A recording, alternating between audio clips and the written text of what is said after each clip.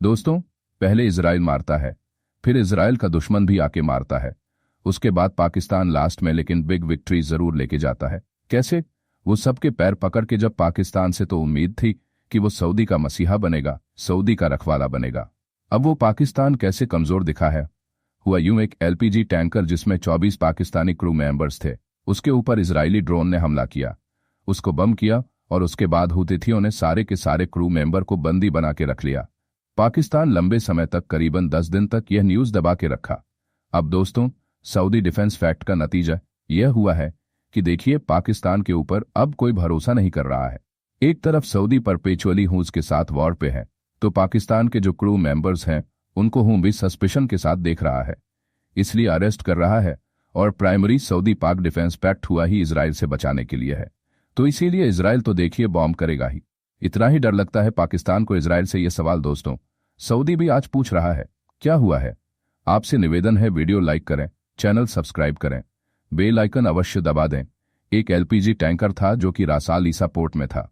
Red सी के opening में रास ईसा पोर्ट है जो आप यहां पे देख रहे हैं। दोस्तों, ये फर्मली अंडर हु कंट्रोल है। अब इनके ऊपर इजराइल ने पहले भी काफी बॉम्बिंग की है। अब यहां पे एक शिप लगा हुआ था जो कि एलपीजी लेके आ रहा था, उसके ऊपर ड्रोन से हमला हुआ। हमले के बाद हुआ यूं, एलपीजी टैंक फट जाता है और उसके बाद अगर आप देखें तो काफी मैसिव आग वगैरह भी लग जाती है।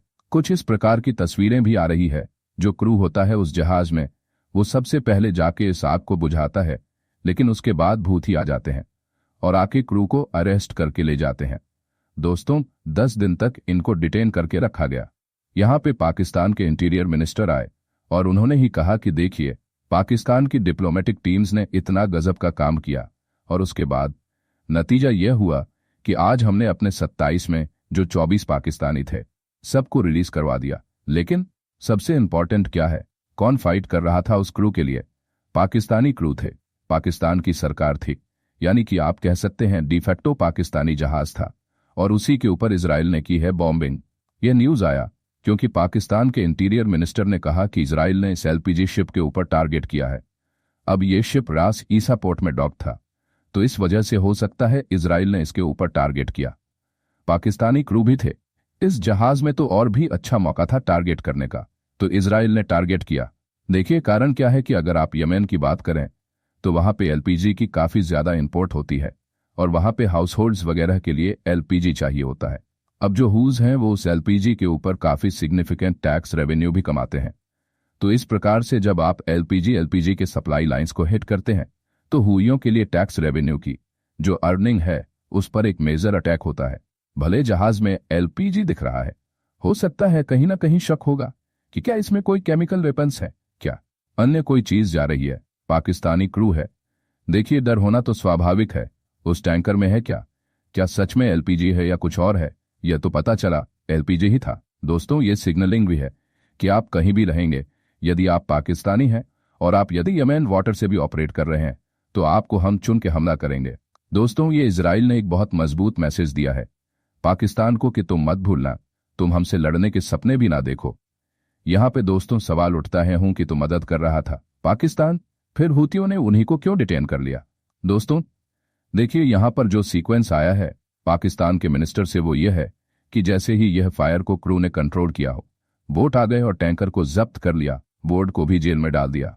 अब दोस्तों होता क्या है, यूजुअली इंफॉर्मेशन गैदरिंग करेंगे, सबसे पहले कि इंटरोगेट करना पड़ेगा कि भाई तुम्हारे कार्गो को क्यों हमला किया, ऐसा क्या लेके आ रहे थे। अलग अलग कारण हो सकते हैं जिस वजह से हूतीज ने डिटेन किया।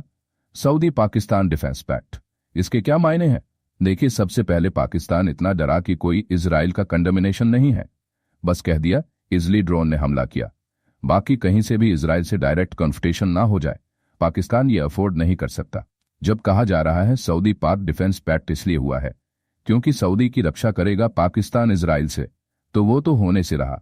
पाकिस्तान अब वेस्ट एशिया के इस भयानक खिचड़ी वाले पॉलिटिक्स में अंदर एंटर कर रहा है, और नतीजा क्या हो रहा है आप देखिए, ईरान से ही ला रहा होगा, और कहां से लाएगा? तो ईरानियन एलपीजी लेके आ रहा है, यमेन लेके जा रहा है, यमेन की मदद कर रहा है, इसको इजराइल बम कर रहा है।